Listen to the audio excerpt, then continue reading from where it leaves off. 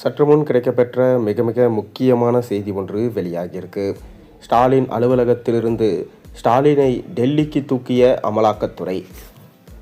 தமிழ்நாட்டின் நகராட்சி நிர்வாகம் மற்றும் குடிநீர் வழங்கல் துறைக்கு மட்டுமே ரூபாய் 1020 கோடி அளவிலான முறைகேடு குறித்து அமலாக்கத்துறை விசாரணை நடத்தி வருவதா தகவல்கள் வெளியாகியிருக்கு. மேலும் இது தொடர்பாக ஏற்கனவே தமிழக காவல்துறை வழக்கு பதிவு செய்ய வேண்டும் என அமலாக்கத்துறை கடிதம் எழுதியிருந்த நிலையில் வழக்கு பதிவு செய்யாமல் தமிழக காவல்துறை காலம் தாழ்த்தி வந்தது. இந்நிலையில் இந்த விவகாரத்தில் வழக்கு பதிவு செய்ய வேண்டும் என்று மெட்ராஸ் ஹைகோர்ட் உத்தரவிட்டிருக்குது. இந்நிலையில் இந்த மெகா ஊழலில் அந்த துறை சார்ந்த அமைச்சர் KN நேரு பெயர் சிக்கியிருக்கும் நிலையில் தமிழக அரசியலில் மிக பெரும் பூகம்பம் அடுத்தடுத்து அமலாக்கத்துறை நடவடிக்கைகள் மூலம் வெடிக்க இருக்கு. நகராட்சி துறையில் அரசு ஒப்பந்தங்களில் 7.5% முதல் 10% வரை கமிஷன் வசூலிக்கப்பட்டதாகவும் அது உறவினர்கள் மூலம் தனிப்பட்ட லாபமாக மாற்றப்பட்டதாகவும் குற்றச்சாட்டு எழுந்திருக்கு. மேலும் திமுக தலைவராக இருக்கும் முதல்வர் ஸ்டாலின் கட்சி நிதி மூலம் திரும்பி செல்லப்பட்டதாக கூறப்படும் தொகைகளில் நேரடி பயன் அடைந்ததாகவும் தகவல்கள் வெளியாகியிருக்கு. துணை முதல்வர் உதயநிதி ஸ்டாலின் பெயரும் அரசியல் காரணங்களுக்காக எந்த முறைகேடு பணம் மூலம் நிதி பெற்றதாக அரசியல் பார்வையாளர்கள் மத்தியில் விமர்சனம் எழுந்திருக்கு.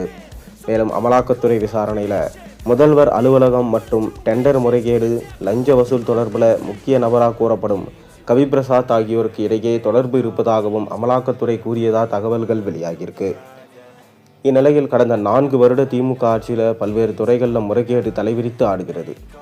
அப்படி திமுக ஆட்சியில் எந்தெந்த துறையில் எவ்வளவு முறைகேடு நடந்திருக்கு என்று பார்க்கலாம். நகராட்சி நிர்வாகத்துறையில் 888 கோடி முறைகேடு நடந்திருக்கிறதா சொல்லப்படுகிறது.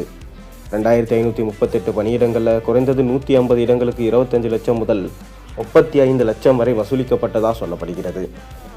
நெல் கடத்தல் தொடர்பாக முறைகேட்டில் சிவில் சப்ளைஸ் கழகத்துக்கு 160 கோடி அளவிலான இழப்பு ஏற்பட்டதாக சொல்லப்படுகிறது. டன் ஒன்றுக்கு 598 வழங்க வேண்டிய நிலையில் 186 மட்டுமே வழங்கப்பட்டதாக தகவல் வெளியாயிருக்கு.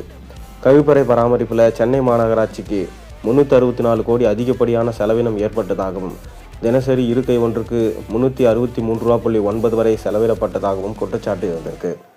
தமிழகத்தின் நிலுவை கடன் 10.62 லட்சம் கோடி அளவை எட்டியுள்ளது என கூறப்படுகிறது. முறைகேடாக கூறப்படும் தொகைகள் சேமிக்கப்பட்டிருந்தா மாநில கடன் குறைக்கப்பட்டிருக்கலாம், பெண்களுக்கு உரிமை தொகை வழங்கப்பட்டிருக்கலாம், மாணவர்களின் கல்வி கடன் தள்ளுபடி செய்யப்பட்டிருக்கலாம், மேலும் இலவச மடிக்கணினிகள் வழங்கப்பட்டிருக்கலாம், பொங்கல் பரிசு தொகை உயர்த்தப்பட்டிருக்கலாம் என்கிறார்கள் அரசியல் பார்வையாளர்கள். இது அனைத்தும் நிரூபிக்கப்பட்டால் கண்டிப்பாக ஸ்டாலின் அவர்களை ஸ்டாலின் அலுவலகத்திற்குள்ளே புகுந்து அவரை டெல்லி போலீஸ் கைது செய்து டெல்லிக்கு கூட்டி செல்வார்கள். அவரிடம் விசாரணை நடத்தப்படும் என்கின்ற தகவலும் தற்போது வெளியாகியிருக்கிறது.